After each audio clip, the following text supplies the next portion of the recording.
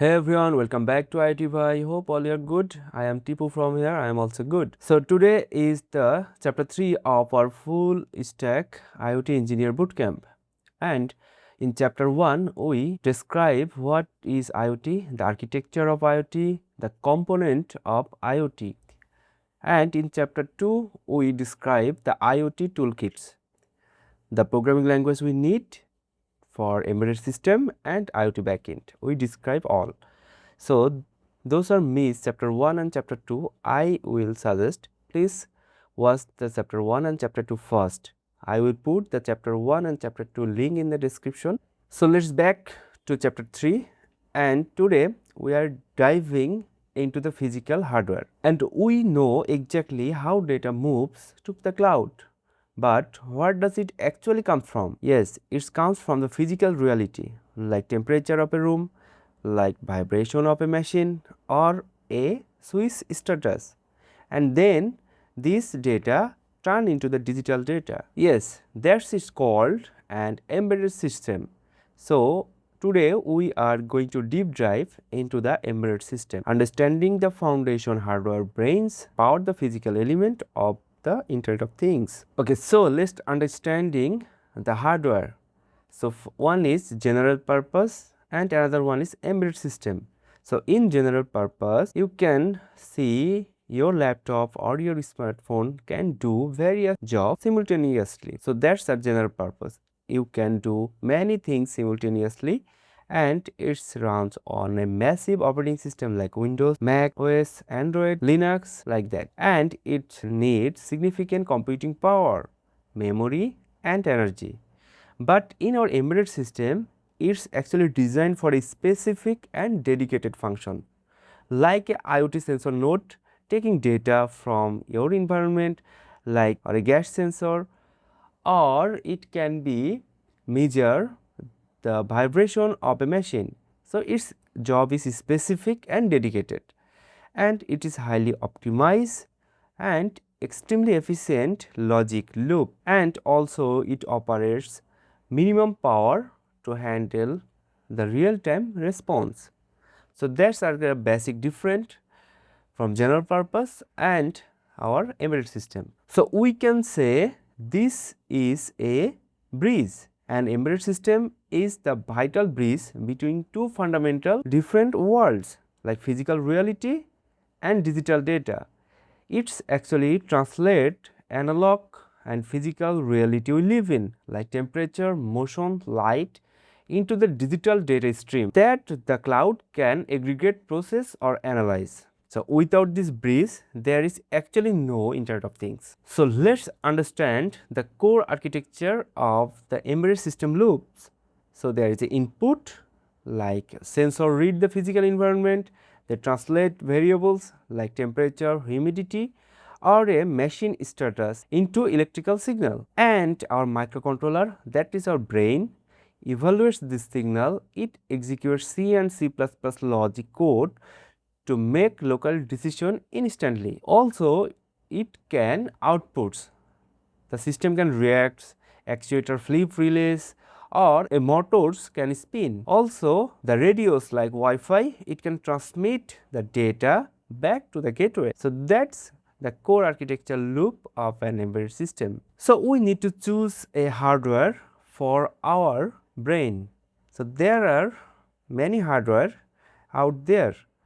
So when you start IoT, you usually hear the main four families of boards. So let's break down it and find out exactly what's the fit in our job. Okay, you already know that the word of Arduino, and this is a classic starter, I think. Why? Because it's incredible community. There are many resources and tutorials, and it is great for absolute beginners. And also it is very easy to coding. It's perfect for learning the basic C++ and implement the simple input output operation. But it's have some issues like performance limits and connectivity. So most of the boards like Uno are 8-bit and extremely low processor and lacks of built-in Wi-Fi or Bluetooth.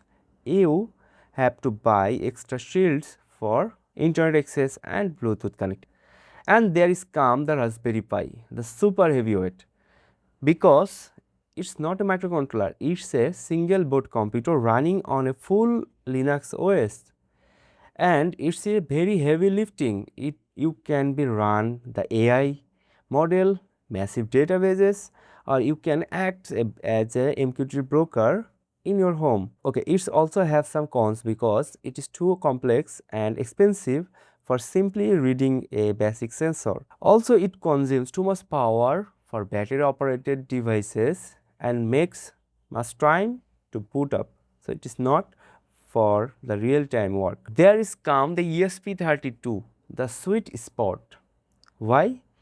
Because it's perfectly balance the limitation of Arduino and the overkill of a Pi. It's powerful because 32-bit dual core processor. It's robust enough to handle complex logic securely. Also, it is efficient and lightweight, so you can make some battery operated devices. There is come ESP32, the Industrial Pro, built on ARM Cortex M architecture, offering enterprise grade reliability, and there is vast chip variety. Also, it have advanced peripherals like unmatched hardware timer, DMA controller, and ultra low power capability. And its complex ecosystem that can be overwhelming for absolute beginners. Also, its lack of connectivity because some board are comes with Wi-Fi and Bluetooth, but maximum board are that comes with Wi-Fi and Bluetooth built-in. You need to add-ons or specific series. So here is a quick review of the 4 board we're talking about. So Arduino Uno, Raspberry Pi, ESP32 and STM32. In that Arduino Uno, ESP32 and STM32 are microcontroller family, but Raspberry Pi is a single board computer. And Arduino Uno have 8-bit slow processor, Raspberry Pi have 64-bit quad core, very fast, and ESP32 have 32-bit dual core processor, that is fast. STM32 have 30-bit ARM, so that also fast. And it comes the connectivity. Arduino Uno don't have any connectivity built in, you need to add on. In Raspberry Pi you got Wi-Fi, Bluetooth and Ethernet also. In ESP32 Wi-Fi and Bluetooth are built in, but in STM32 there are some board comes with Wi-Fi and Bluetooth, but you need to add on those have no built-in Wi-Fi and Bluetooth. And when you're talking about the OS, the Arduino Uno is bare metal and Raspberry Pi is full Linux OS, and ESP32 can be bare metals and we can implement real-time operating system also, same as STM32. And which board is best for which job?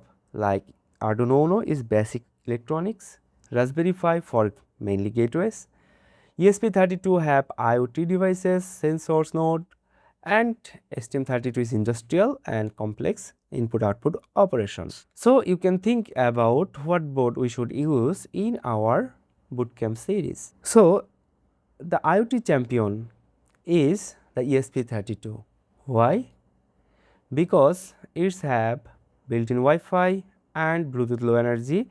Also, it would have the classic Bluetooth connectivity. So we don't need any extra module or external shield. Also, it is powerful because it's dual core processor and abundant memory, and it can be do some complex tasks also. Also, it equipped with multiple GPIO pins for sensors and other protocols like I2C, SPI and UART. We will see all the pin diagram of ESP32 in next couple of videos. And also we can easily program the ESP32 using the familiar Arduino IDE and C++ standard libraries. So it is perfect for rapid prototyping and quick learning. Also, we can use ESP32 in industry because it supports FreeRTOS and the expressive IoT development framework, simply called ESP-IDF. Also, it provides reliability and security for large scale commercial product because there are many commercial product powered with ESP32 in the market, and that is comes ESP32 is the best for our beginners because the cost is maximum ESP32 board are under $4. So you will got for dual core processor and sustainable memory, and each have radio like Wi-Fi and Bluetooth, and in perfect for learning and scalable product. So it's very effective for our full stack IoT engineer bootcamp. Are you ready to build? I hope you are. So let's just conclude our chapter 3. So we simply choose the ESP32 for our brain. So what next? In chapter 4, we are going to buy some real hardware, like we need some ESP32, some sensors, some tools, and we are going to show the real time you can buy from the worldwide like Alibaba, AliExpress or Amazon, and your local shop also. So we will cover them all in the next chapter. So I hope it will help you, and please subscribe my channel and share the video with others. Stay with IoT Bhai. Thank you.